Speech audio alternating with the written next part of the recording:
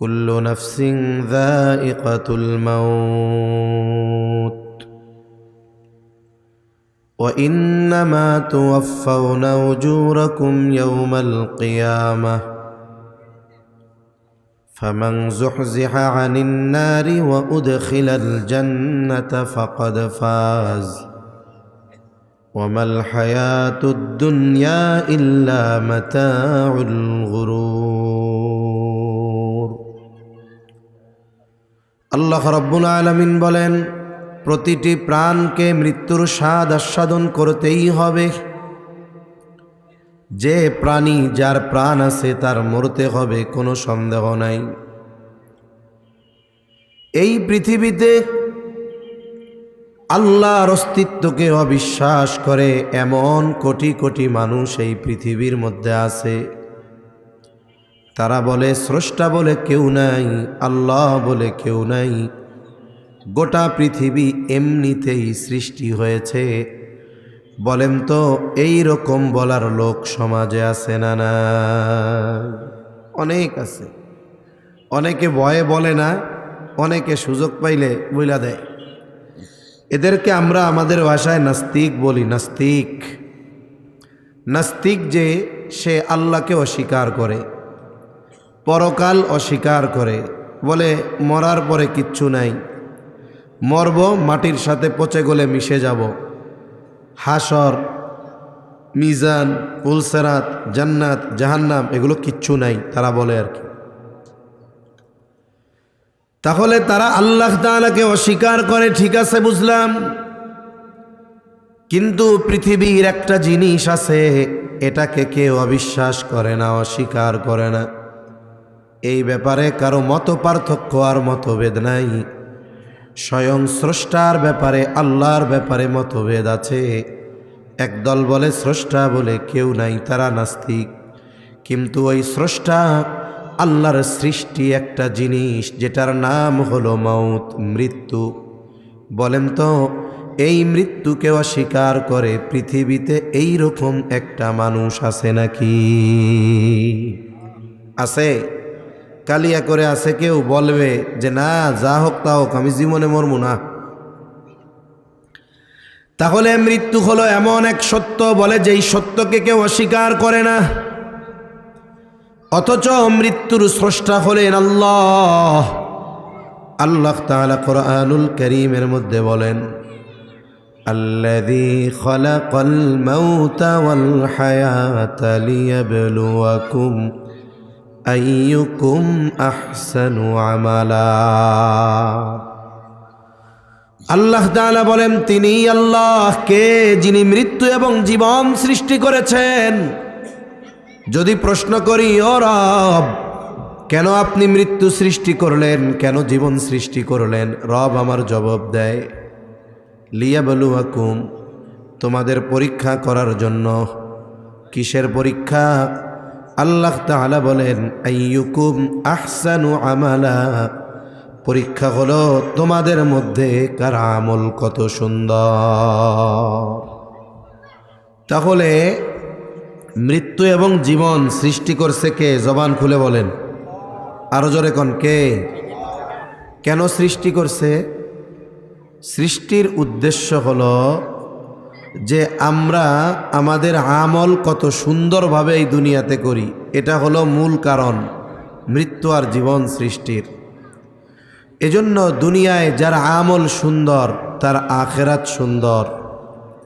দুনিয়ায় যার আমল অসুন্দর, তার মরার পর থেকেই সব কিছু অসুন্দর। এখন আমরা মরব, এ ব্যাপারে কোনো সন্দেহ নাই। তবে নাস্তিকরা বলে মরার পরে কিচ্ছু নাই, আমরা বলি মরার পরে আসল শুরু। মরার পরে কি শুরু? আসল শুরু। এই শুরুটা যার যত সুন্দর, পরবর্তী ধাপগুলো তার তত সুন্দর। এজন্য আখিরাতের শুরুটা যেন সুন্দর হয়, এই জন্য প্রস্তুতি নিতে হবে দুনিয়ায়। এই যে আজকে টান কালিয়াকর জামে মসজিদের উদ্যোগে মাহফিল, কত সুন্দর আয়োজন, কত সুন্দর প্যান্ডেল, কত সুন্দর সাউন্ড সিস্টেম, কত সুন্দর মঞ্চ, কত সুন্দর ব্যবস্থাপনা। বলেন তো, মাহফিল শুরু হওয়ার সময় দেওয়া হলো বাদ আসর হতে। এখন যদি মাইকওয়ালা মাইক নিয়ে আসরের সময় আসত, প্যান্ডেলওয়ালারা যদি বাস টাস সামিয়ানা নিয়ে আসরের সময় আসতো, লাইটওয়ালারা যদি লাইট নিয়ে আসরের সময় আসতো, বলেন তো এই যে এশার পরে এখন কি আলোচনা করার সুযোগ থাকতো নাকি? আয়োজনটা যেন সুন্দর হয়, এর জন্য প্রস্তুতি আরো অনেক আগের থেকে। মেহমানদের দাওয়াত দেওয়া, কোন জায়গার মাইকটা আনলে সাউন্ডটা ভালো হবে, কোন লাইটটায় আলো ভালো হবে, প্যান্ডেল ভালো হবে, এই যে প্রস্তুতি আগের থেকে নিয়েছে বিধায় সুন্দরভাবে আজকের আয়োজন শুরু করা গেছে, ঠিক কিনা বলেন? ওই রকমভাবে আখিরাতের সফর যদি সুন্দরভাবে আমরা শুরু করতে চাই, ওই সময় যদি চিন্তা করি এখন সামানা গুছামু, কাজ হবে না। বলে ওই আখিরাতের ডাক আসার আগে দুনিয়াতেই আমাদেরকে আখিরাতের সামানা পাথেও সংগ্রহ করতে হবে, ঠিক কিনা বলেন? তাহলে কি হবে? আমার আপনার মৃত্যু হবে সুন্দর। মৃত্যু কি হবে জোরে বলেন? যার মৃত্যু সুন্দর তার কবর সুন্দর, যার কবর সুন্দর তার হাসর সুন্দর। বলে যার হাসর সুন্দর তার ঠিকানা হলো জান্নাত। সুবহানাল্লাহ কোন। এই জন্য হাদিসের মধ্যে ভালো মৃত্যু আর খারাপ মৃত্যুর কথা নবীজি জানিয়েছেন। লম্বা হাদিস আছে হাদিস। এই হাদিসের কয়েকটা অংশ আমি আপনাদের খেদমতে শোনাই। আসলে আল্লাহ তাআলার কাছে ভালো মৃত্যু প্রার্থনা করতে হয়, অপমৃত্যু থেকে আল্লাহ তাআলার কাছে পানা চাইতে হয়। আল্লাহ তাআলার কাছে ভালো মৃত্যু যদি চাই, ভালো কাজ যদি করি, তাহলে মৃত্যু হবে কেমন? বলে এই মৃত্যুটা হবে আসানের মৃত্যু। নবীজি সাল্লাল্লাহু আলাইহি ওয়াসাল্লাম এই জন্য হাদিসের মধ্যে নেককার আর বদকারের মৃত্যুর অবস্থার কথা জানিয়েছেন। মরতে যেহেতু হবে, নেককারের মতো মৃত্যু যেন আমাদের নসিব হয়। হবে কখন? বলে দুনিয়ার পদাচারণা যদি ইমানদার আর নেককারের মতো হয়, নেককার আর বদকারের মৃত্যু কেমনে হবে? নবীজি এক সাহাবীকে কবর দেওয়ার জন্য গেছেন, একটু লাশটা আসতে বিলম্ব হচ্ছিল। নবীজি ওই সময় বসে সাহাবা একরামকে এই লম্বা হাদিসটা বর্ণনা করেছেন। নবীজি বর্ণনার এক পর্যায়ে বলেন, মুমিন ব্যক্তির যখন মৃত্যুর সময় হয়, তখন মুমিন ব্যক্তির চিন্তা কি থাকে? তার চিন্তা থাকে আমি যেন এই দুনিয়া থেকে ঈমানটা নিয়ে মরতে পারি। এই জন্য আপনার আমার সমাজে দেখবেন, যদি কোনো বৃদ্ধ নেককার লোক থাকে, আপনি তারে জিজ্ঞাসা করবেন, চাচা দাদা বয়স তো 70 বছর হয়ে গেছে, এখন মনের মধ্যে কি চাওয়া কি আশা? দেখবেন ওই নেককার ব্যক্তি জবাব দিবে, এখন আর কিছু চাওয়া নাই, একটাই চাওয়া যেন ঈমান নিয়ে বিদায় নিতে পারি। যারা দিনদার বৃদ্ধ ওনাদের জিজ্ঞেস করবেন, আর যেটা দুনিয়াদার ওইটা হাসপাতালের বেডে লাইফ সাপোর্টে যাবে বাপ, এই টাইমেও কয় ওই দোকানদার ভাড়া দিছেনি, হ্যাঁ ও বাড়ি ভাড়া উঠাইছস, অথচ মরার মতো অবস্থা, হুশ ফিরে আর ওই কথা কয়। আর নেককার মানুষ বুড়া হয়ে গেছে, জিজ্ঞাসা করলে কি বলে? এখন একটাই আশা, যেন ঈমান নিয়ে মরতে পারি। নেককার বান্দার মৃত্যু কেমন হবে? কারণ নেককার বান্দা গোটা হায়াতে হুকুম মানছে কার? জোরে কন। আল্লাহ রাব্বুল আলামিন জানা দেয়, ও আমার গোলাম, সারাটা জীবন তুমি আমার হুকুম আহকাম মেনে চলছো, আর মৃত্যুর সময় শয়তান তোমারে ধোঁকা দিয়ে বেঈমান বানাবে, এটা হবে না। আল্লাহ তাআলা কোরআনুল কারীমের মধ্যে বলেন, ইন্নাল্লাযীনা ক্বালু রাব্বুনাল্লাহ সুম্মা ইসতাকামু তাতানাজ্জালু আলাইহিমুল মালাইকাতু আল্লা তাখাফু ওয়ালা তাহজানু ওয়া আবশিরু বিল জান্নাতিল্লাতী কুনতুম তুআদুন। নেককার ব্যক্তির মৃত্যু কেমন হবে? নবীজির সাথে সাথে আল্লাহও জানায় দেন। আল্লাহ তাআলা বলেন, যারা বলে আমাদের রব আল্লাহ, বলেন আমাদের রব কে? শুধু মুখ দিয়ে বললে হবে না রব আল্লাহ, সুম্মাস্তাকামু, এরপরে এই কথার উপরে সে ইস্তেকামতের সাথে থাকে। তার মানে রব যেটা করতে বলছে করে। সারা দুনিয়া যদি তার বিরুদ্ধে চলে যায় সে রবের আদেশ মানে, সারা দুনিয়া যদি তার বিরুদ্ধেও চলে যায় বলে রব যেটা নিষেধ করেছে সেটা থেকে সে বিরত থাকে। বলে এই রকম নেককার মানুষের যখন জীবনের শেষ সময় উপস্থিত হয়ে যায়, ওই সময় শয়তান তার সর্বশক্তি দিয়ে ওই ব্যক্তিকে বেঈমান বানানোর অপচেষ্টা চালিয়ে যায়। কারণ শয়তান জানে মরার সময় যদি ঈমানহীন করতে পারি তাহলে গোটা হায়াতের যত নেকামল আছে সব বাতিল। এই জন্য ওই সময় কঠিন আক্রমণ চালায়। আর ইমানদার এই যে দুনিয়ায় কইলাম না, এই জন্য টেনশনে থাকে যে আমি যদি ইমানটা নিয়ে মরতে পারি এটাই বড় চাওয়া। কারণ ওনার ভয় আমার ইমান হরণের সর্বোচ্চ শক্তি প্রয়োগ করবে শয়তান, এটা ওনার পেরেশানি। এটা নেককার বান্দার আলামত। আর আল্লাহ কি বলে, ও বান্দা তুমি সারা হায়াত আমার গোলামি করলা, আর শয়তান আইসা তোমার ইমান ছিনায় নিয়ে যাবে? হবে না। শয়তান আসবে শয়তানের বাহিনী নিয়ে, আর আমি তোমার জন্য আসমানের বাহিনী পাঠায়া দিব। সুবহানাল্লাহ বলেন। দুনিয়াতে যেই লোকটা সরকারি চাকরি ঠিকঠাক মতো করে, 18-20 বছরে চাকরিতে ঢুকছে, আর 40 বছর 42 বছর পরে চাকরি ছাড়ছে, 62 বছর বয়স। চাকরি যখন সে শেষ করে, বলেন তো সরকার কি তাকে খালি হাতে বাড়ি পাঠায়া দেয়? বাড়ি পাঠায়া দেয় খালি হাতে? না। এমনিই তো চাকরিকালীন সময়ে মাসে প্রতি মাসে বেতনের একটা অংশ কাটে। চাকরি যখন শেষ, যেই পরিমাণ টাকা কাটা হয় ওর দ্বিগুণ পরিমাণ টাকা তাকে একসাথে দেয়। এরপরে আবার অনেক চাকরিতে কি করে, বলে শুধু এইটা দিছি তা না, টেনশনের কারণ নাই, এরপরে তোমারে দিমু হইল প্রতি মাসে মাসে পেনশন পাবা, কোনো টেনশন করো না। তুমি চিন্তা করতেছ তোমার ওয়াইফ বৃদ্ধ, তুমি মারা যাওয়ার পরে কি হবে? টেনশনের কারণ নাই তো। তুমি মারা যাওয়ার পরে তোমার পেনশন তোমার ওয়াইফ পাবে। আরে বান্দা, তুমি তোমার ওই প্রতিবন্ধী একটা ছেলে হয়েছে ওইটার লেগে চিন্তা করতেছ, কোনো টেনশন নাই। তুমি মারা যাবা, তোমার স্ত্রী মারা যাবে, তোমার প্রতিবন্ধীর জন্য এবার তোমার পেনশনটা আমি জারি করে দিব। দুনিয়ায় যদি গভর্নমেন্টের এই জব সার্ভিস যথাযথভাবে করে, ফ্যাসিলিটি সে খায়, তার ওয়াইফ খায়, তার কোনো সন্তান যদি কোনো অসুস্থ বা প্রতিবন্ধী হয় সে পায়, আর আহকামুল হাকিমিনের গোলামি করবে সারা জিন্দেগি, মৃত্যুর সময় শয়তান আইসা ধোঁকা দেবে আর আল্লাহ সাহায্য করবে না, এটা হতে পারে? পারে না।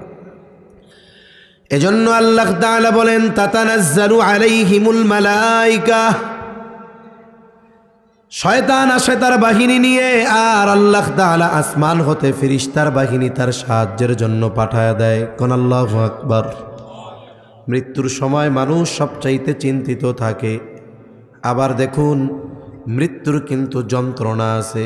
নবীজি সাল্লাল্লাহু আলাইহি ওয়াসাল্লাম জানায় দেন, মৃত্যুর যন্ত্রণা বড় কষ্টকর, কত কঠিন, কত কষ্ট মৃত্যুর যন্ত্রণা। আবার হাদিসের মধ্যে আসছে, ইমানদার যে প্রকৃত মুমিন, যে তার মৃত্যুর যন্ত্রণা অনুভব হবে না। মৃত্যুর যন্ত্রণা হবে, তবে অনুভব হবে না। অনুভব হবে না কেমনে? মনে করেন যখন কাউরে অপারেশন করে, অপারেশন করার আগে অ্যানেস্থেসিয়া দেয়, ওই জায়গাটাকে অবশ বানায়, যদি প্রয়োজন হয় একেবারে পুরা সেন্সলেস করে ফেলে। অনেক জায়গায় শুধুমাত্র ওই জায়গাটাকে অবশ করে, যখন কাটে চিরে সেলাই দেয়, বলে ব্যথা কিন্তু লাগে, অ্যানেস্থেসিয়ার জন্য ওটা অনুভব হয় না। ঠিক কিনা বলেন? এটা তো মেডিসিন দিছে। অনেক সময় মানুষের কথার দ্বারা ব্যথা ভুলা যায়। কেমনে বলে? আপনাদের অঞ্চলেও হয়তো ছিল, ছোটবেলায় আমরাও দেখছি। এখন তো বাচ্চাদের মুসলমানি দেওয়ার জন্য নিয়ে যায় একেবারে অ্যাপোলো হসপিটালে, ল্যাব এইডে। কিন্তু আমাদের সময় মুসলমানি দিত হাজাম। হাজাম চিনেননি? হাজাম না হাজাম কি বলে? হাজাম এখনও আছে। বলে যেই এলাকায় ওই সময় হাজাম ঢুকতো ওই এলাকায় যেই বুলাবানের কাটা ছিল না, কেউ পানির মধ্যে কেউ গাছের উপরে, চিন্তা করতো কারে আজকে কুরবানি দেয় আল্লাহ জানে। এইবার টার্গেট যেটার জন্য আসছে বাপ মা ওইটারে গাছের থেকে নামাইয়া পানির থেকে উঠাইয়া হাজামের সামনে হাজির করতো। আর এই কাজ যারা করে এরা বদমেজাজি আর রুক্ষ স্বভাবের হয় না, এরা একটু রসিক টাইপের লোক হয়। এইবার সুন্দর মতো ওর সাথে আগে ভাব জমায়, কেদর বেটা তোরে কাটতে হয়েছে নাকি, কিছুই অমন আজকে বাদ। এরপরে গল্প জমাইয়া আস্তে আস্তে ওর যে খেয়াল যে আমার আজকে কাইটা দিবে, এটার থেকে খেয়াল অন্যদিকে নিয়ে যায়। কয় শুনছি তোর নাকি অনেক শক্তি, কয় কয় সিমটি দিলে নাকি তোর ব্যথা লাগে না, এবার ওরে ওই জায়গার আশেপাশে সিমটি মারে, ব্যথা লাগে, কয় না ব্যথা লাগে না। কয় তোর কি ভালো লাগে খাইতে, কয় রসগোল্লা খাইতে মজা লাগে। রসগোল্লা আনছেন নি? এই সিমটি দিতেছে, কথা কইতেছে, এর মধ্যে কোন সময় কাইটা কুইটা তেনা পেছানো শেষ। অথচ ব্যথা লাগছে কিন্তু কেন টের পায় নাই? বলে ওর খেয়ালটা মাইন্ডটা নিয়ে গেছে অন্যদিকে, এজন্য ব্যথা লাগছে কিন্তু অনুভব এরকম হয় নাই। এজন্য মৃত্যুর যন্ত্রণা সত্য, তবে মুমিন প্রকৃত মুত্তাকি যে তার মৃত্যুর যন্ত্রণাটা ওই রকম অনুভব হবে না। কেন? কারণ ওই যে আল্লাহ ওই মৃত্যু পথযাত্রী তার গোলামের জন্য ফিরিস্তার যেই বাহিনী পাঠায় দেয়, ফিরিস্তার বাহিনী এসে ওই মুমিন বান্দাকে বলে আল্লাহ তাখাফু ওয়ালা তাহজানু। মুমিন বান্দার ভয় কি? না জানি ঈমানহীন হয়ে যায়। চিন্তা কি? না জানি জাহান্নামী হয়ে যায়। এবার ফেরেশতারা আয়েশা বলে, হে আল্লাহর বান্দা, আল্লাহ তাখাফু ওয়ালা তাহজানু, তুমি ভয়ও পাইও না, চিন্তাও করো না। তোমারে ও ঈমানহীন করতে তো পারবেই না, আখিরাত নিয়ে টেনশন করো না।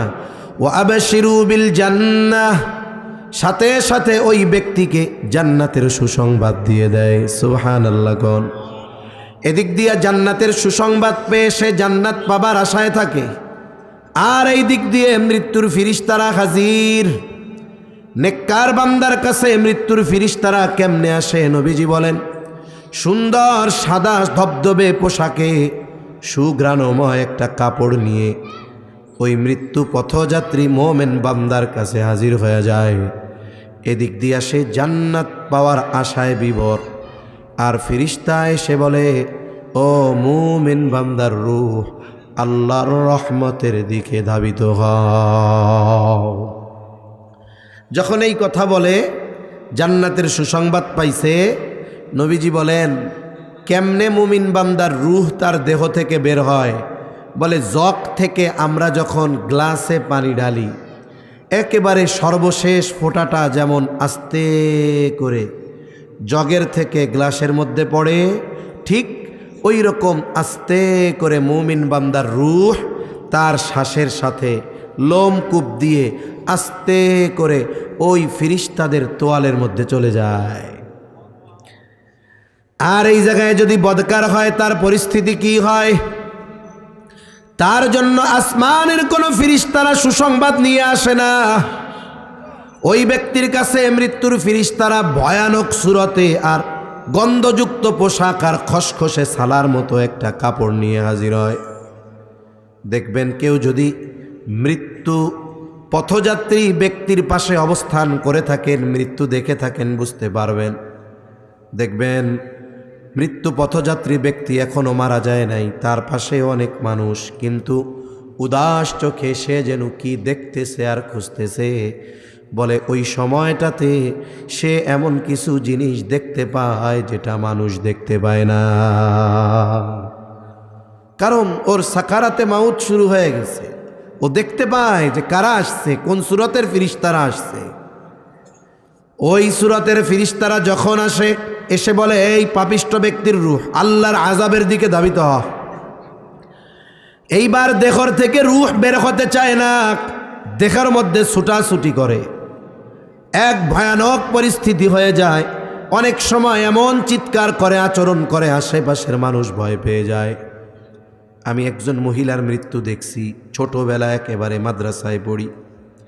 সেই মহিলা মানুষের উপরে অনেক খারাপ ব্যবহার করত, তার প্রতিবেশীর দিকে রাতের বেলা 2 তলা টিনের বাড়ি ছিল, একটা লাইন করে রাখছে, রাতের বেলায় প্রস্রাব করত আর প্রতিবেশীর উঠানের উপরে পড়তো, এত জুলুম অত্যাচার করত।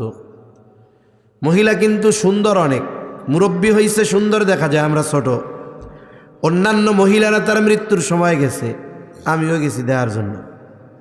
মৃত্যুর পূর্ব মুহূর্তে হঠাৎ বিকট এমন এক চিৎকার দিয়েছে, তার চেহারার অবস্থা এমন ভয়ানক হয়ে গেছে, আমি সহ তার মেয়েরা ছিল পাশে, সবাই ভয়ে দূরে সরে চলে গেছে।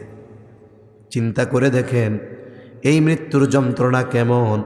ওই পাপিষ্ট ব্যক্তির ক্ষেত্রে বলে বের হতে চায় না, তখন কি করে? বলে ফেরেশতারা জোর করে তার দেহ থেকে রূহটাকে বের করে নিয়ে যায়। অবস্থা কেমন হয়? বলে অনেক সময় কোনো কাঁটাযুক্ত কোনো ডাল যদি তুলার মধ্যে ঢুকায় দেন, এটা টান দিয়ে বের করা খুব কঠিন। জোর করে যখন টান দিয়ে বের করে আনা হবে, কি হবে? বলে এর সাথে তুলা লাইগা তুলা বের হয়ে চলে আসবে জোর করে। যন্ত্রণা কেমন হয়?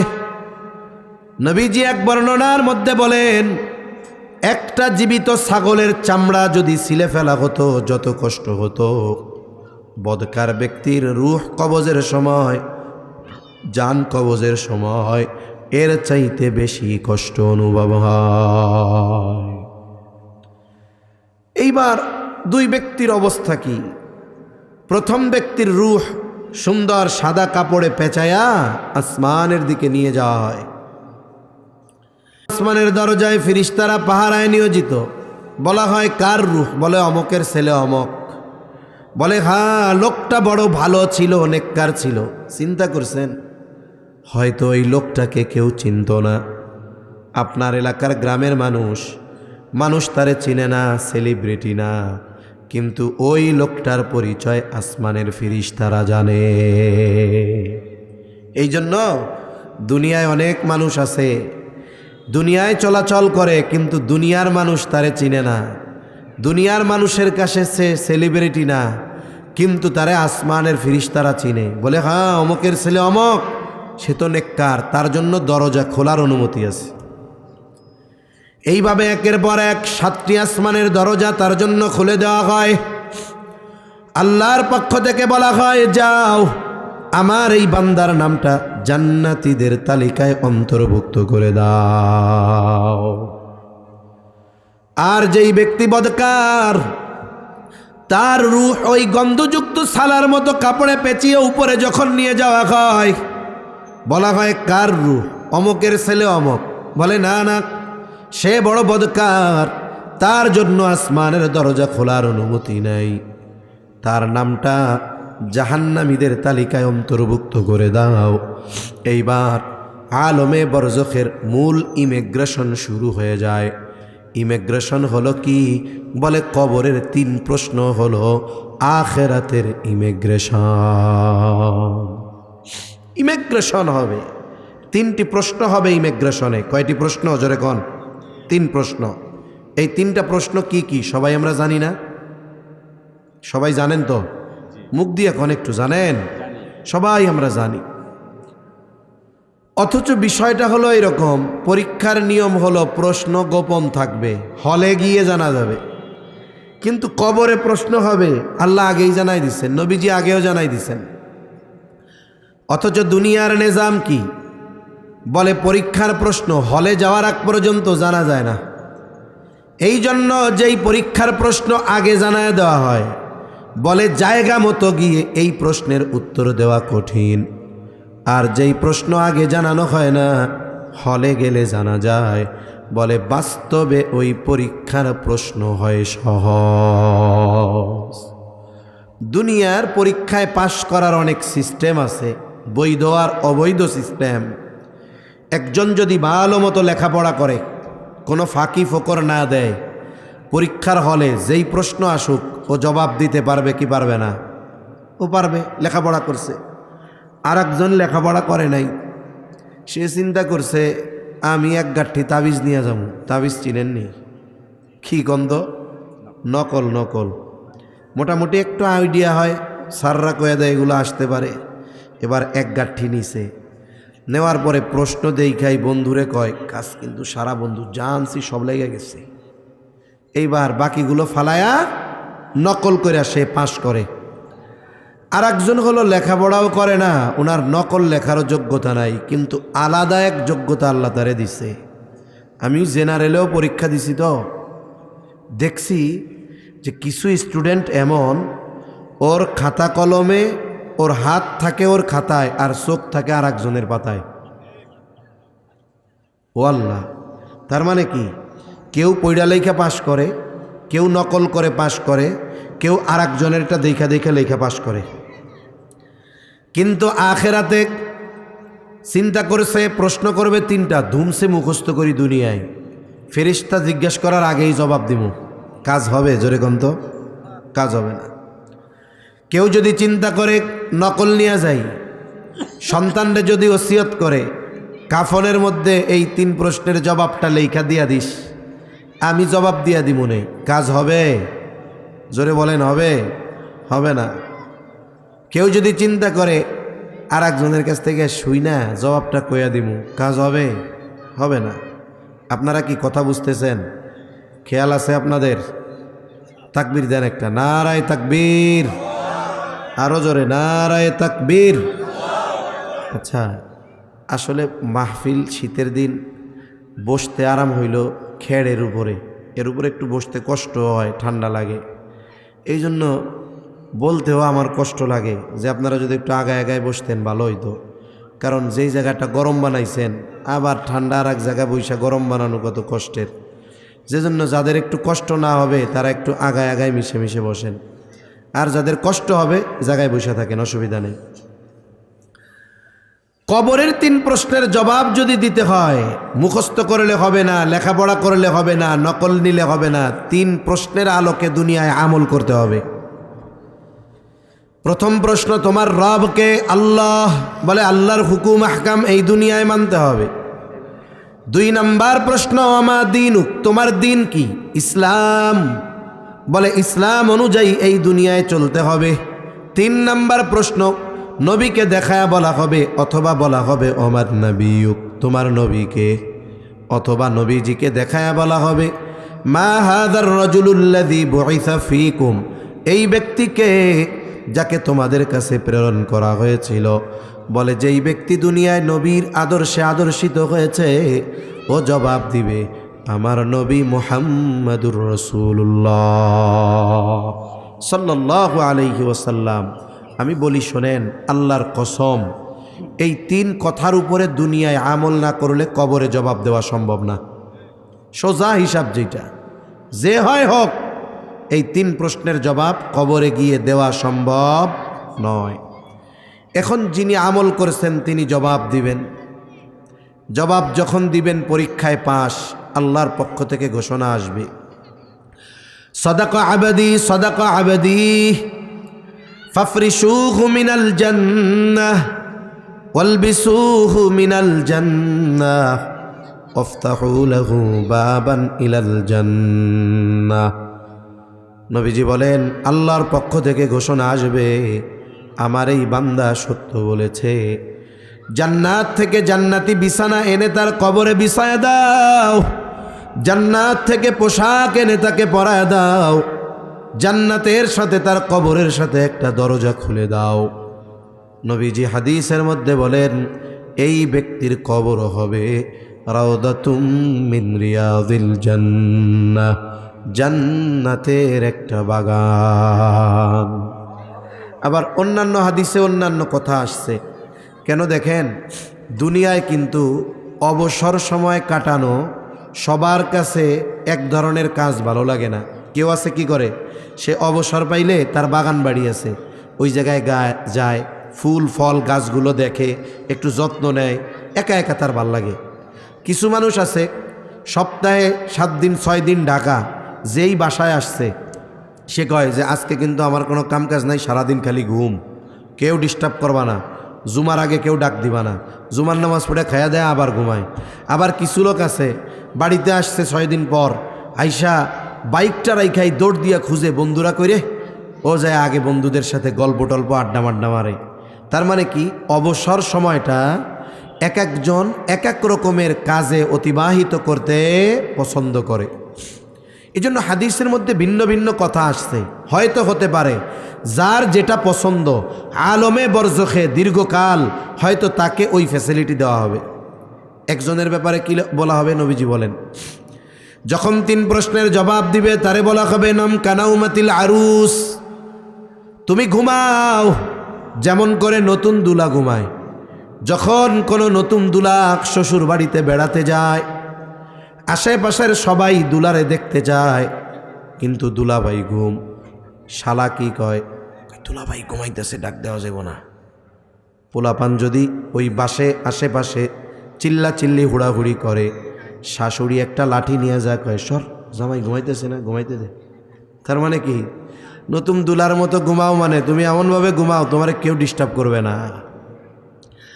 আবার নবীজি আর এক বর্ণনায় বলেন, তার কবর জান্নাতের বাগান। সে তো অপেক্ষমান কবরে, একাকী, লম্বা সফর। হঠাৎ সে দেখতে পাবে যে একজন সুদর্শন মানুষ তার দিকে আসতেছে, কিন্তু দুনিয়ায় সে তাকে কোনোদিন দেখে নাই, চিনতে পারবে না। এইবার প্রশ্ন করবে, কে হে তুমি আগন্তক, তোমাকে তো চিনতে পারলাম না। এইবার ওই সুদর্শন মানুষটা বলবে, তুমি কি আমাকে চিনো নাই? আমি হইলাম তোমার দুনিয়ার নেক আমল।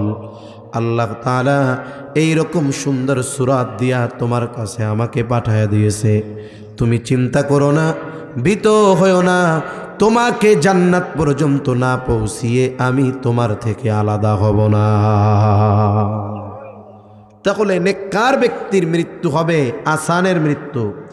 মৃত্যু থেকে নিয়ে ইয়াউমুল হাসর, পুনরুত্থান দিবস, কিয়ামত পর্যন্ত এই সময়টাকে বলে আলমে বরজখ। এখানে আমাদের থাকতে হবে দীর্ঘকাল। বলে ইমানদার বান্দা আরামে, স্বাচ্ছন্দ্যে, সুখে, শান্তিতে এই সময়টা অতিবাহিত করবে, নেককার বান্দা অতিবাহিত করবে। আর যে বেঈমান আর পাপী, প্রশ্নের জবাব দিতে পারে নাই, ঈমান আছে এই কারণে হয়তো জাহান্নাম থেকে এক সময় জান্নাতে যাবে, কিন্তু ওই 3 প্রশ্নের আলোকে দুনিয়ায় তো আমল করে নাই, এই জন্য কবরের আযাব বাঁচা কঠিন হয়ে যাবে। ও হতে পারে ঈমানদার, কিন্তু ওই 3 প্রশ্নের আলোকে দুনিয়ায় আমল করে নাই, কোন জবাব দিতে পারবে? ও কি বলবে? লা আদরি, আমি কিছুই জানি না। আল্লাহর পক্ষ থেকে ঘোষণা আসবে, কাযাবা আবদি, কাযাবা আবদি। আল্লাহর পক্ষ থেকে ঘোষণা আসবে, আমার এই বান্দা মিথ্যা বলতেছে। জাহান্নাম থেকে আগুনের বিছানা এনে তার কবরে বিছায়া দাও। ফাফরিশুহু মিনান নার ওয়ালবিসুহু মিনান নার, তাকে আগুনের পোশাক পরায়া দাও। শুধু তাই না, এরপরে নবীজি বলেন আল্লাহ তাআলার পক্ষ থেকে ঘোষণা আসবে, তার কবরের সাথে জাহান্নামের সাথে একটা দরজা খুলে দাও। শুধু তাই না, দুনিয়ার পাপ আমলের উপরে নির্ভর করে বিভিন্ন ধরনের শাস্তি তাকে দেওয়া হবে। বলে আপনারে আমারে কবর দিয়ে আসছে, কি হচ্ছে দেখা যাবে না, তবে ওই জগৎটার ব্যাপারে বলা হয়েছে আলমে বরজখ। এটা লোকচক্ষুর অন্তরালে এক জগৎ, অদৃশ্য এক দেয়াল আছে যেটার কারণে আমরা দেখতে পারি না। তবে হ্যাঁ, না দেখলেই যে অবিশ্বাস করব, এটা মুমিনের ঈমান হতে পারে না। আমরা আল্লাহকে দেখি নাই, সর্বোচ্চ বিশ্বাস করি কি করি না?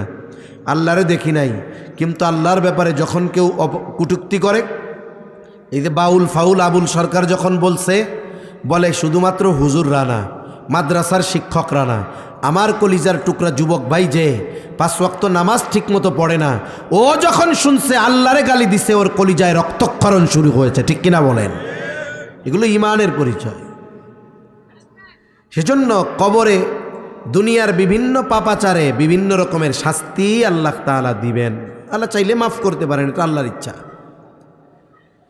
যার কবর জান্নাতের বাগান, ও মনে করবে জান্নাত, আর যার কবরে শাস্তি, ও মনে করবে এটা জাহান্নাম। কিন্তু ফেরেশতারা জানাবে, না না, এটা জান্নাত নয়, না না, এটা জাহান্নাম নয়।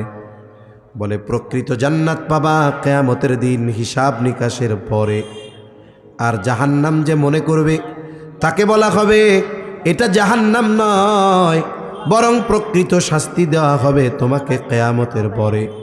এইবার নেককার বান্দা জান্নাত পাবার আশায় বলবে, আল্লাহ যথা দ্রুত সম্ভব আপনি কিয়ামত কায়েম করেন। আর পাপাচারী বলবে, আল্লাহ আপনি কখনোই কিয়ামত কায়েম করিয়েন না। তার মানে আলমে বরজখের এই লম্বা সময়, এই একটু আস্তে কথা কও না, আস্তে, কিয়ামতের পর্যন্ত এই লম্বা সময় কেউ সুখে কাটাবে, কেউ কষ্টে কাটাবে।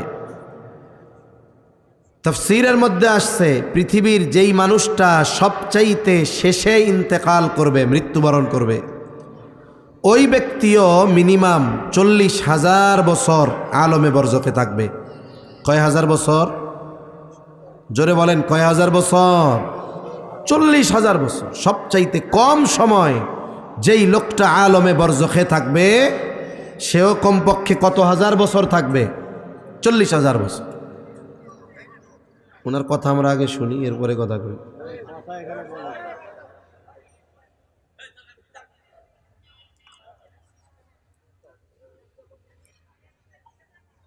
এখান দিয়ে তো যাতায়াতই বন্ধ করে দেওয়া দরকার ছিল। তাহলে সবচাইতে কম সময় যেই ব্যক্তি থাকবে, সেই ব্যক্তিও আলমে বরজখে কত হাজার বছর থাকবে? 40,000 বছর। আল্লাহ তাআলা এই যে মৃত্যু হবে, আমাদের আলমে বরজখে থাকতে হবে, লম্বা সময় অতিবাহিত হবে, এর দ্বারা প্রথম খবর দিয়েছেন ওই সূরা আলে ইমরানের 175 নম্বর আয়াতে। মৃত্যুর স্বাদ আস্বাদন করতে হবে, আলমে বরজখে থাকতে হবে। বলে কোন পর্যন্ত? ওই যে ইয়াউমুল হাশর, এই পর্যন্ত। এখন ওই দিন আমাদেরকে পুনরায় জীবিত করা হবে। কেন করা হবে? আল্লাহ দ্বিতীয়তে সেই কথা বলেন, ওয়া ইন্নামা তুওয়াফাউনা উজুরাকুম ইয়াউমাল কিয়ামাহ। আল্লাহ তাআলা বলেন, কিয়ামতের দিন তোমাদেরকে তোমাদের পূর্ণ প্রতিদান দেওয়া হবে। তার মানে মৃত্যুর মাধ্যমে আমাদের সফর শুরু হয়ে যাবে প্রতিদান দিবসে। মৃত্যুর মাধ্যমে সফর শুরু হলো প্রতিদান দিবসের। ওই দিন আমাদের সবাইকে পুনরায় আবার জীবিত করা হবে। আমরা ছোটবেলায় মক্তবে কালিমা পড়ছি না, ওয়াল বাসি বাদাল মাউত। আমি ঈমান আনলাম মৃত্যুর পরে পুনরায় জীবিত হওয়ার উপর। মরার পরে জীবিত হব কোন দিন? বলে ওই সেই দিন, যেই দিন আমাদেরকে আমাদের দুনিয়ার কর্মের পূর্ণ প্রতিদান দেওয়া হবে। আমলের প্রতিদানের কথা সহিহ মুসলিমে এক বর্ণনার মধ্যে আসছে। নবীজি বলেন, দুনিয়াতে যখন কেউ ভালো কাজ করে, এই জায়গায় এত কথা কেন? মারামারি হইতেছে, গ্যাঞ্জাম হইতেছে, হ্যাঁ সমস্যা হইতেছে। হ্যাঁ, একটু যারা দায়িত্বশীল আছেন ওই জায়গায় একটু শান্ত বানায় দেন। হ্যাঁ, আল্লাহু আকবার। শয়তান তো চারদিক থাকেই। আল্লাহ রসুল যখন কোরআন শোনাইতো, বুঝছেন, তখন আবু জেহেল ওতবা সাহেবা ডিস্টার্ব করতো। দেখতো যে একদল কোরআন শুনতে যায়, এদেরকে কোরআন শোনানো থেকে বাধা দেওয়া যায় কেমনে? কয় ওই রোম দেশের থেকে নর্তকী নিয়ে আসছে। এক জায়গায় নবীজি কোরআন শোনায়, ওর পাশে ওরা নাচ গান শুরু করে দিত। এই জামানায়ও কিছু আছে। অনেক জায়গায় মাহফিলে কি হয়, বলে মাহফিল হইতেছে, ওই পাশে আর এক শয়তানের গ্রুপ বক্স টক্স এদিক দিয়া ওয়াজ যেন না করতে পারে, শ্রোতা যেন শুনতে না পারে, এই জন্য ধুমসে ডেক সেট বাজায়। আছে না নাই? মনে রাখবেন, ও নাম মুসলমান, বাপ মুসলমান, কিন্তু আমার মনে হয় ও আবু জেহেলার ওতবা সাহেবার উত্তরসূরি। ঠিক কিনা বলেন? এই জন্য মনে রাখতে হবে, দুনিয়াতে মুহাম্মাদুর রাসূলুল্লাহর অনুসারীরাও থাকবে, আবু জেহেল ওতবা সাহেবা আর আজাজিল শয়তানের অনুসারীরাও এ দুনিয়ায় থাকবে। তারা বিভিন্ন পদ্ধতিতে মানুষের মাধ্যমেই চিন্তা করবে দ্বীনি বিষয়গুলো যেন সুন্দর না হয়, দ্বীনি কথাগুলো যেন মানুষ বলতে না পারে, দ্বীনি আয়োজনগুলো যেন বিঘ্ন ঘটে, কোরআনের কথা শুনতে যেন অসুবিধা হয়। এজন্য শয়তান মানুষরে দিয়া এ কাজগুলা করায়। সূরা নাস পড়ছেন না? এই সূরা ফালাকার নাস, এর মধ্যে আল্লাহ তাআলার কাছে আমরা অনেক কিছুর অনিষ্ট ক্ষতি থেকে আল্লাহর আশ্রয় চাই। সর্বশেষ কি কই? আল্লাযী ইউওয়াসউিসু ফী সুদুরিন নাস মিনাল জিন্নাতি ওয়ান নাস। লাস্টে আশ্রয় চাই কার কাছে? শয়তান, এই জিন শয়তান আর মানব শয়তানের অনিষ্ট থেকে আল্লাহর কাছে আশ্রয় চাই। তার মানে শয়তান দেখা যায় না, ওটা যেমন শয়তান, ওই রকম মানব রূপেও শয়তানের চরিত্রওয়ালা কিছু মানুষ আছে না নাই? একবারে সর্বশেষ কথা আল্লাহ কইছে। সেজন্য মানুষের মতো হাত পা এগুলো থাকলেই যে ও প্রকৃত মানুষ হয় তা না, কিছু শয়তানের অনুসারীও থাকে। ওরা চায় যে এগুলো নষ্ট হোক, বিঘ্ন ঘটুক, শয়তান করায় এগুলো ওদের দিয়ে। আল্লাহ তাআলা আমার ওই ভাইদেরকে বুঝবার তৌফিক দান করুক যে শয়তান চাবিকাঠি নাড়তেছে। আমিন কর না কেন? তাহলে আমার কথার দিকে যাই।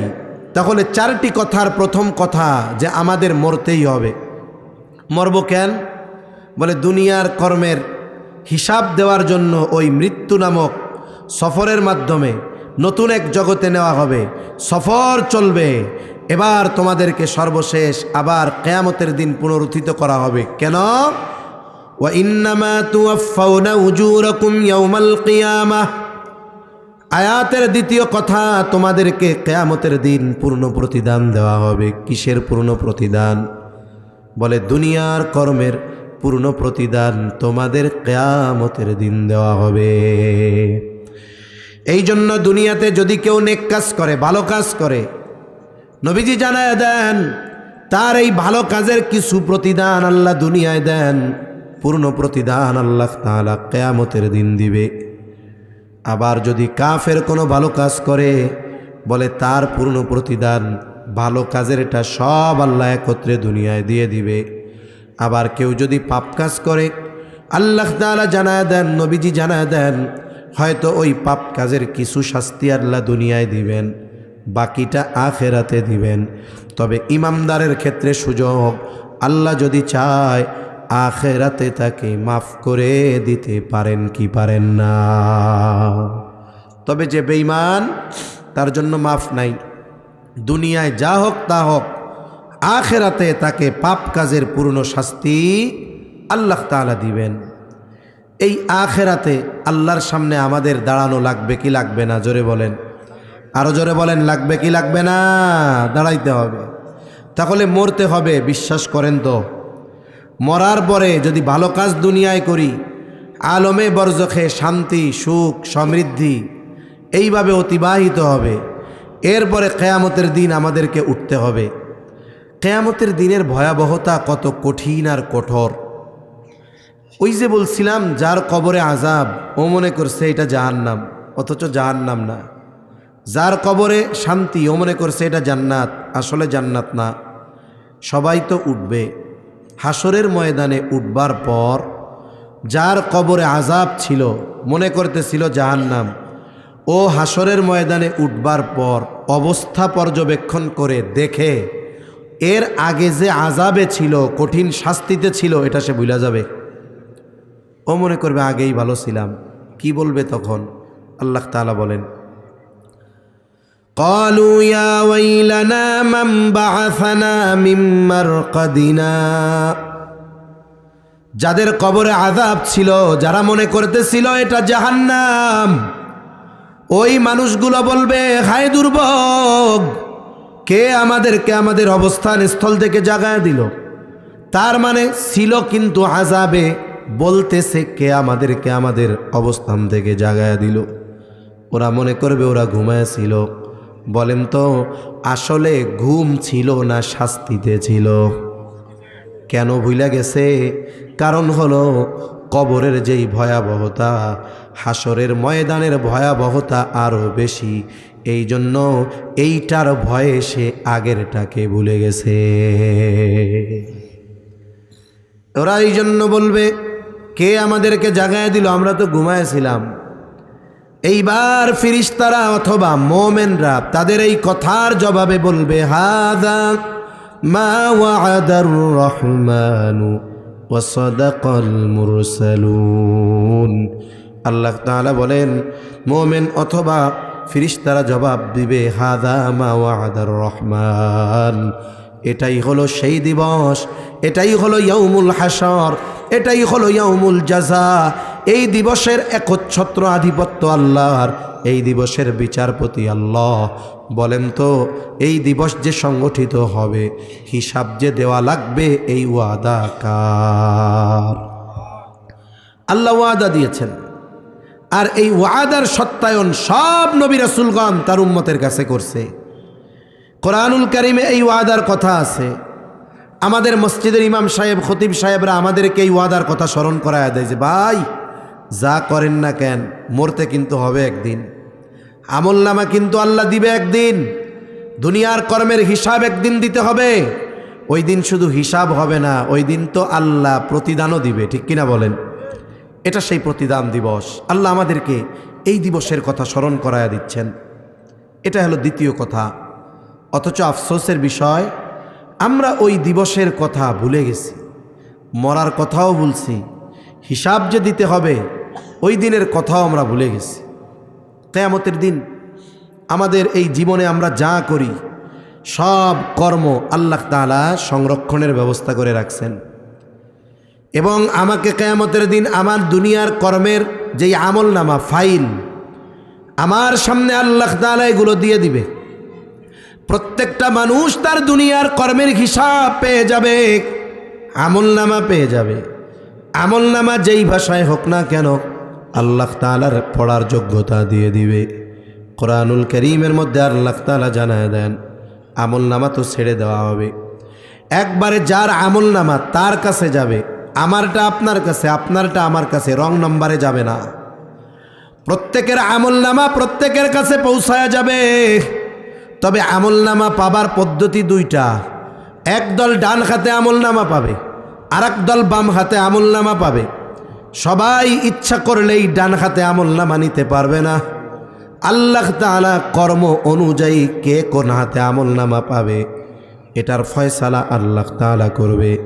বলে একদল ডান হাতে পাবে, আর একদল আমলনামা বাম হাতে পাবে। যে বাম হাতে পাবে তার হাতটা বুক চিরে পেছন দিকে নেওয়া হবে, আর পেছন দিকে হাতে তাকে আমলনামা দেওয়া হবে। ওই দিন সফল তো তারা, প্রতিদান দিবসে সফল তো তারা যারা ডান হাতে আমলনামা পাবে।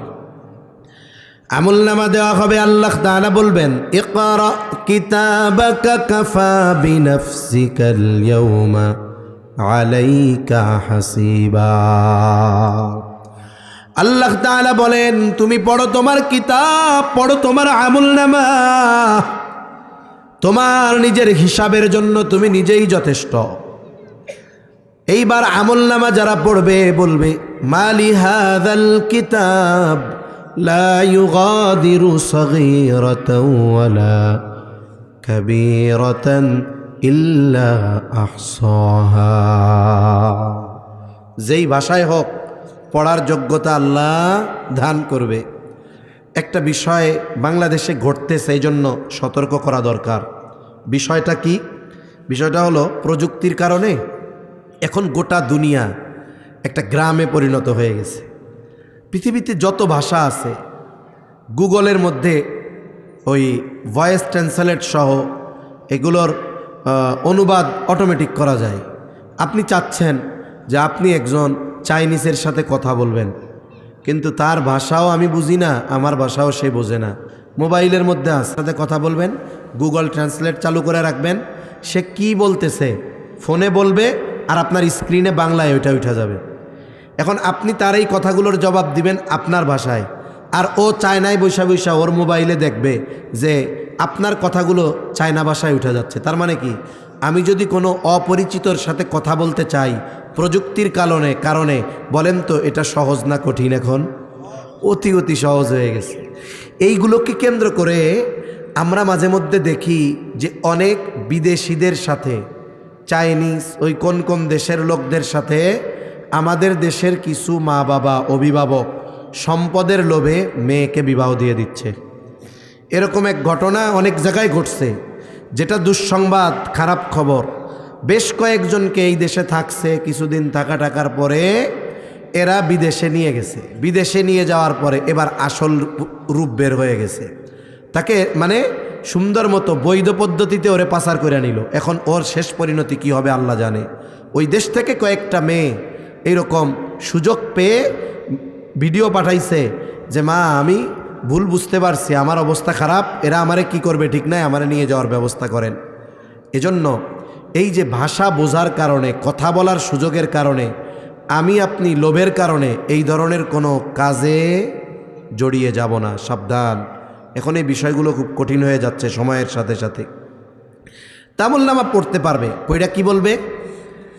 মালি হাযাল কিতাব লা ইউগাদিরু সগীরাতান ওয়ালা কাবীরাতান ইল্লা আহসাহা।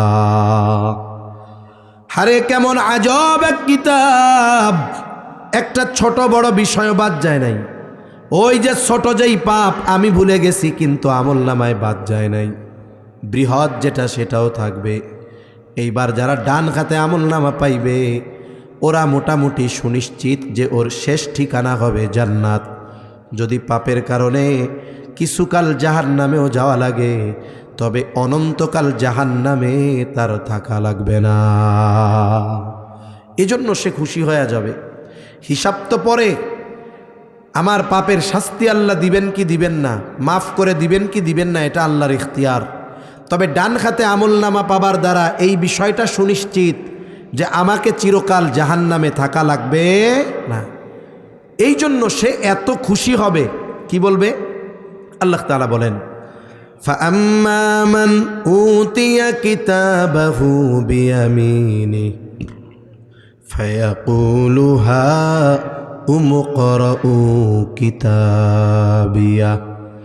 ডান হাতে আমলনামা যে পাবে সে বলবে, মানুষদেরকে ডেকে ডেকে বলবে, এই তোমরা পড়ো আমার আমলনামা, দেখো আমি ডান হাতে আমলনামা পাইছি, আমার আমলনামা পড়ো। হাউমুকরাউ কিতাবিয়া, আমার আমলনামা পড়া দেখো, আমাকে চিরদিন জাহান্নামে থাকা লাগবে না। ঈমান আর নেক আমলের কারণে আমি ডান হাতে আমলনামা পাইছি, পড়ো পড়ো পড়ো। খুশির ঠেলায় মানুষরে পড়তে বলবে। সাথে সাথে ও ডান হাতে আমলনামা কেন পাইল এই কারণটাও বলবে। এখন একই সাথে বন্ধুরা লেখাপড়া করে, একই স্কুলে পড়ে, একই সাথে খেলাধুলা করে, একই টিচারের কাছে কোচিং করে।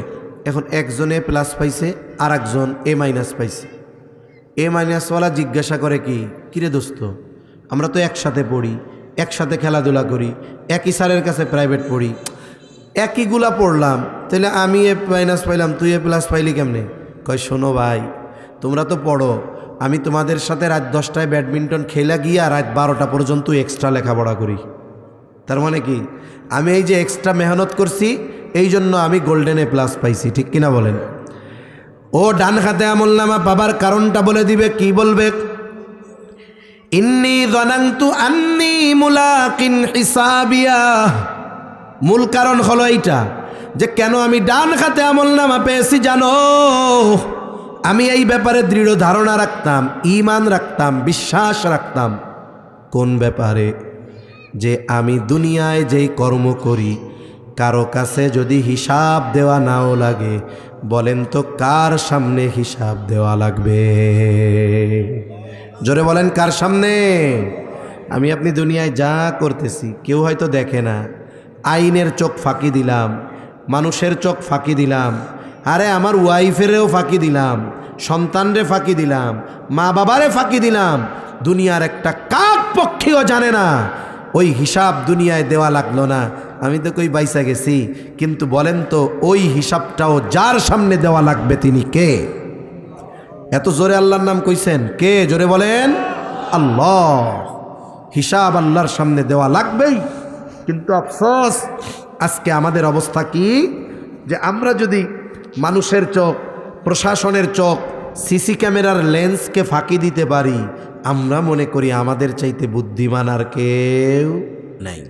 এজন্য আখেরাতে ডান হাতে আমলনামা পাবার মূল কারণ কি বলছে?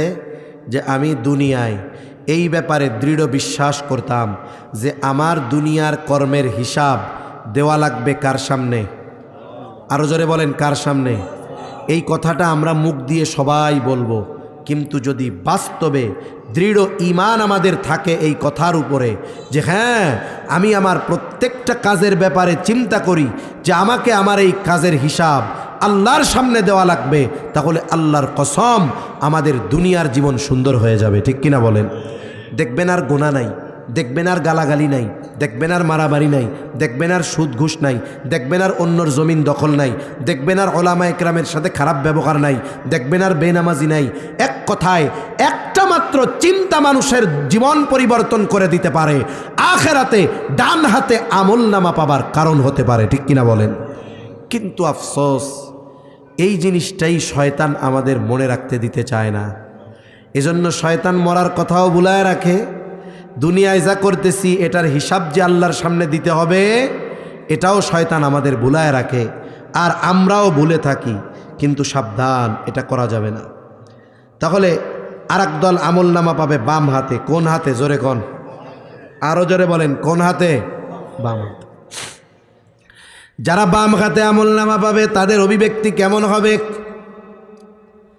ওরা এবার বাম হাতে আমলনামা পাবার পরে বলবে, ওয়া আম্মা মান উতিয়া কিতাবাহু বিশিমালি ফায়াকুলু ইয়া লাইতানি লাম উতা কিতাবিয়া। হায় দুর্ভোগ, আমি যদি আজকে এই আমলনামায় কিতাবটা না পাইতাম কতই না ভালো হতো। ওয়ালাম আদরি মা হিসাবিয়া, আমার যদি কোনো হিসাব না হইতো কতই না ভালো হইতো।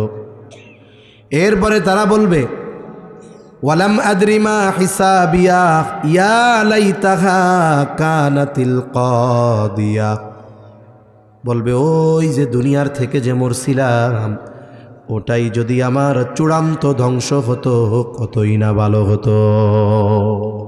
ওই যে মরছিলাম ওইটাই যদি আমার শেষ সমাধি হইতো, ওটাই যদি আমার চূড়ান্ত ধ্বংস হইতো এই মৃত্যুর মাধ্যমে, তাইলে কতই না ভালো হইতো। মা আগনা আন্নি মালিয়া, হ্যাঁ রে, কত মাল ছিল আমার দুনিয়ায়, টাকার অভাব ছিল না, আজকে আমার মাল কোনো কাজে আসলো না রে। এত সম্পদ আমার দুনিয়ায় ছিল, কোনো কাজে আসলো না। আমারে আমার সম্পদ ডান হাতে আমলনামা দিতে পারলো না, অথচ দুনিয়ায় ওই সম্পদ দিয়ে কত নাজায়েজ ফাইল জায়েজ বানায় ফেলছি। ঠিক কিনা বলেন? কত অসম্ভবকে আমি সম্ভব বানায় ফেলেছি। কিন্তু দুনিয়ার আমার এত সম্পদ আজকে আমার কোনো কাজে আসলো না। মানুষ ওই দিন সম্পদের জন্য আফসোস করবে, আরে সম্পদ কাজে আসলো না, আমার ক্ষমতা কাজে আসলো না, আমার সন্তান কাজে আসলো না। এগুলোর জন্য আফসোস কিয়ামতের দিন কিছু মানুষ করবে কি করবে না? জোরে বলেন, করবে। আমরা কি আফসোস করতে চাই? বলতে চাই যে হায় রে, দুনিয়ায় যে ক্ষমতা পাইছিলাম আখেরাতে কোনো কাজে আসলো না। হায় রে, সন্তান সন্ততি লোক লস্কর আখেরাতে কাজে আসলো না। হায় রে, এত সম্পদ ছিল, জমি জাতি ছিল, টাকা পয়সা ছিল, কোনো কাজে আসলো না। আমরা কি ওই আফসোস করনেওয়ালাদের দলে অন্তর্ভুক্ত হতে চাই? যদি না চাই, আল্লাহ কি বলে?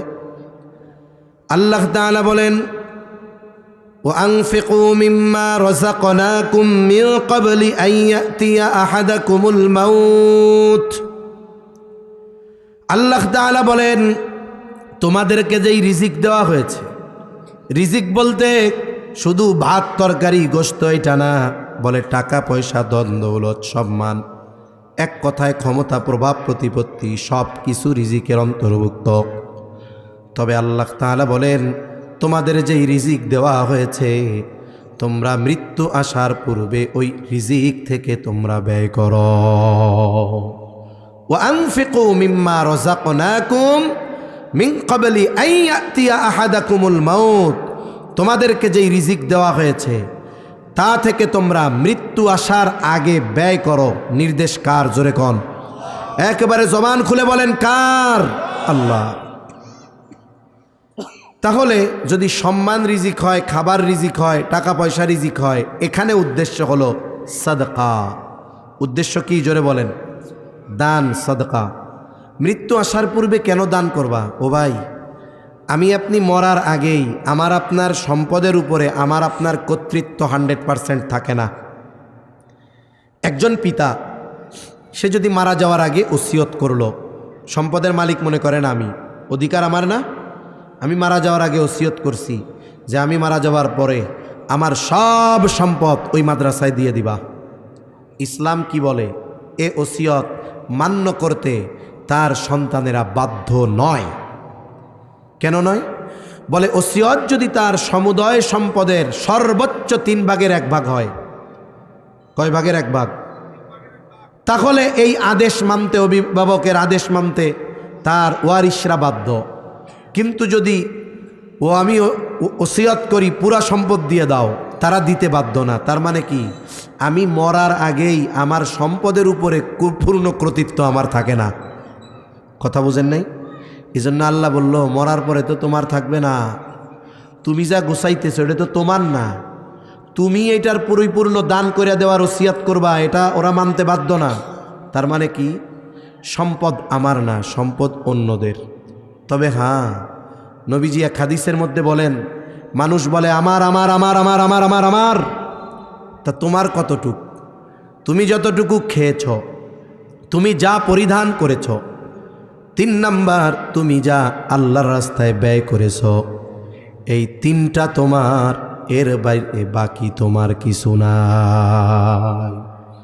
এমনকি আমার খাটিয়াটা যখন নিয়ে যাবে, আপনাদের মসজিদের খাটিয়া নিয়ে যায় না? অনেক সময় বাড়ির একটা চাদর দিয়া নিয়ে যায়, কবরস্থানে গিয়ে লাশ শোয়ায় ফেলে, এরপরে লাশ দাফন করে পরিবারের লোক ওই চাদরটা যদি না পায় জিজ্ঞাসা করে, এই চাদরটা কইরে, নতুন চাদর দিছিলাম কই গেল রে?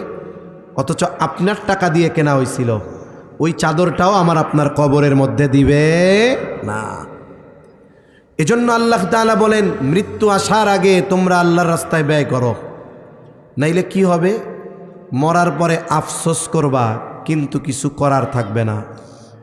এখন আপনার আমার সম্পদ আছে, আমরা দিনী কাজে ব্যয় করলাম না, মসজিদের জন্য করলাম না, মাদ্রাসার জন্য করলাম না, গরিব দুঃখীর জন্য করলাম না, জাকাত দিলাম না, এখন মারা গেলাম। অথচ আল্লাহর আদেশ ছিল মৃত্যু আসার আগে যেই রিজিক আছে তা থেকে তোমরা ব্যয় করো। যে করে নাই, মরার পরে সে কি করবে? আল্লাহ বলেন, ফায়াকুলা রব্বি লাউলা আখরতানি ইলা আজালিন করিব ফাআসাদ্দাক ওয়া আকুম মিনাস সালিহিন। নবীজি সাল্লাল্লাহু আলাইহি ওয়াসাল্লাম বলেন, মৃত মানুষ কথা বলে, তবে তাদের কথা আমরা শুনি না, কিন্তু শোনে কে? নবীজি বলেন, যদি দুনিয়ার মানুষ শুনত তাইলে ভয়ে দাফন কাফন বাদ দিয়া দিত, কিন্তু আল্লাহ তো শুনে। এখন এই মানুষটারে কইছিল আল্লাহ, তোর সম্পদ আছে, মরার আগে দান কর রে বান্দা।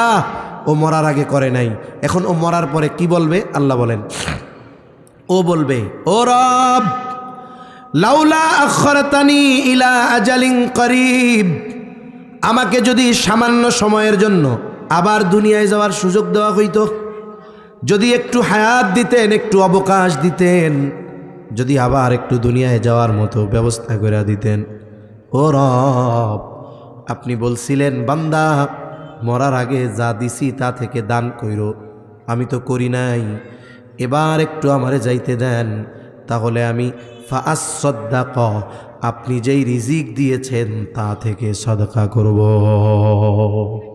শুধু দান সদকা করব না, সব দিয়া দিমু। ওয়া আকুম মিনাস সালিহিন, আমি সৎ কর্মশীলদের অন্তর্ভুক্ত হয়ে যাব।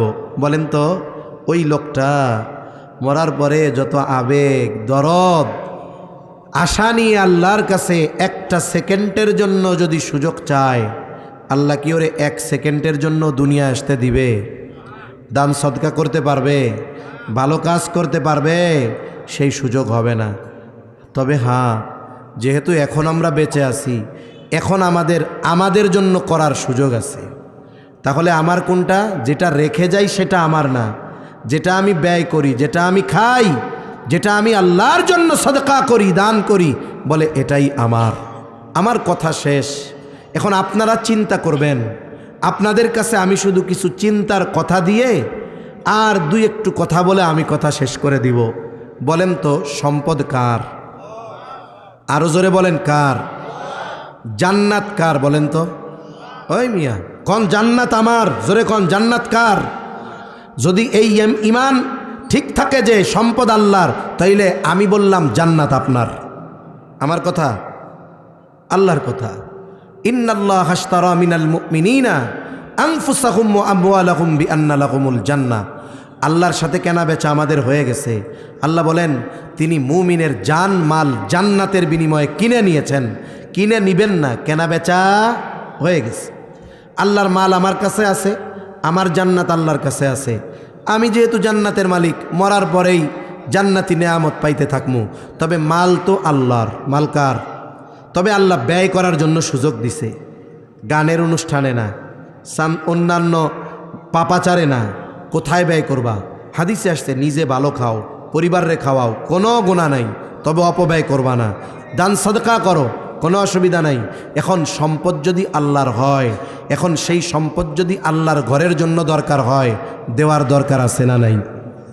জোরে বলেন আছে না নাই? তাহলে এই যে আপনাদের মসজিদ, খুব সুন্দর একটা মসজিদ, কাজ চলতেছে, আরও কাজ বাকি। এত সুন্দর কাজ যেহেতু এই পর্যন্ত পৌঁছাইছে, তার মানে বোঝা গেল টান কালিয়াকরের মানুষ